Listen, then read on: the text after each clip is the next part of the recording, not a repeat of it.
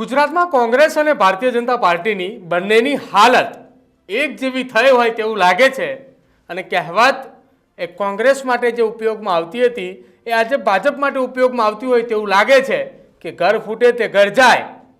નમસ્કાર, આપ જોઈ રહ્યા છો ન્યૂઝરૂમ ને આપની સાથે હું છું પ્રદીપ।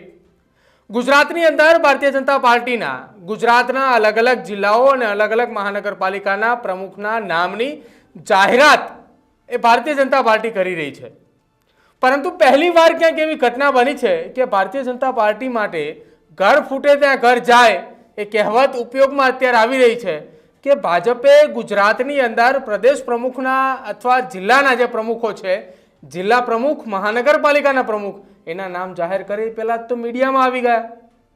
હવે ચર્ચાઓ અત્યારે ભારતીય જનતા પાર્ટીના એ પ્રદેશ લેવલના કાર્યકર્તાઓની અંદર થઈ રહી છે કે આ નામ લીક થયા તો ક્યાંથી?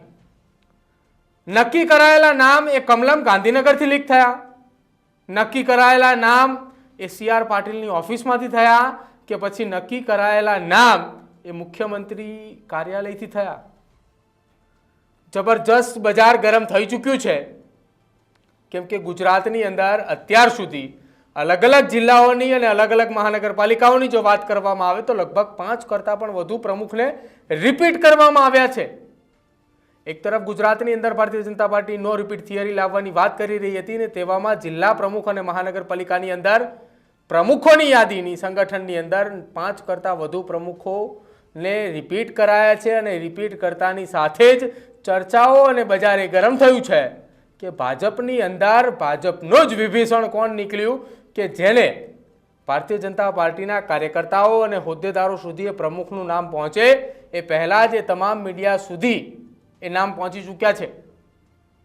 મેં શરૂઆતમાં કહ્યું હતું કે કોંગ્રેસની જે પ્રકારે પરિસ્થિતિ છે જ પ્રકારે ભાજપની છે। આ એટલા માટે કહેવું પડે છે કે કોંગ્રેસની અંદર આ જ પ્રકારની પરિસ્થિતિ સર્જાય છે। કોંગ્રેસની અંદર પહેલા મીડિયાની અંદર નામ ચાલી જાય, એના 3 કલાકનો સમયગાળો વીતે છે, ત્યારબાદ કોંગ્રેસ સંગઠન દ્વારા એ નામનો લેટર બહાર પાડે છે।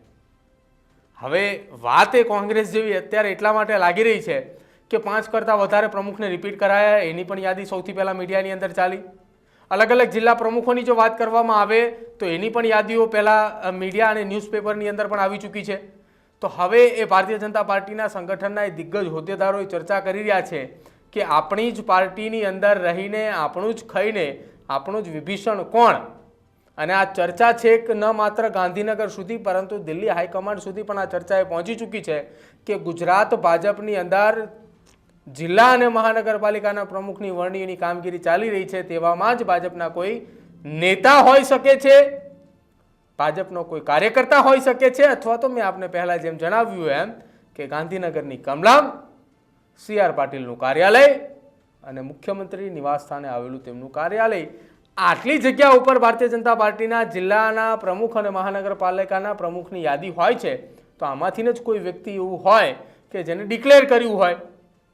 તો હવે સૌથી પહેલાં મંડાણ, સૌથી પહેલી નજર એ ગાંધીનગર કમલમ ખાતે છે કે ત્યાંથી કોઈએ આ વસ્તુ લીક કરી હોય, જેથી ગુજરાતની અંદર કોંગ્રેસની જે પ્રકારે પરિસ્થિતિ છે કે નામ પહેલાં જાહેર થાય એની પહેલાં મીડિયા સુધી અને લોકોને ખબર હોય કે આ વ્યક્તિ જ આવવાનો છે અને ત્યારબાદ કોંગ્રેસનો ઓફિશિયલ લેટર જાહેર કરવામાં આવે છે, એ જ પ્રકારની પરિસ્થિતિ અત્યારે ગુજરાત ભાજપની અંદર જોવા મળી રહી છે।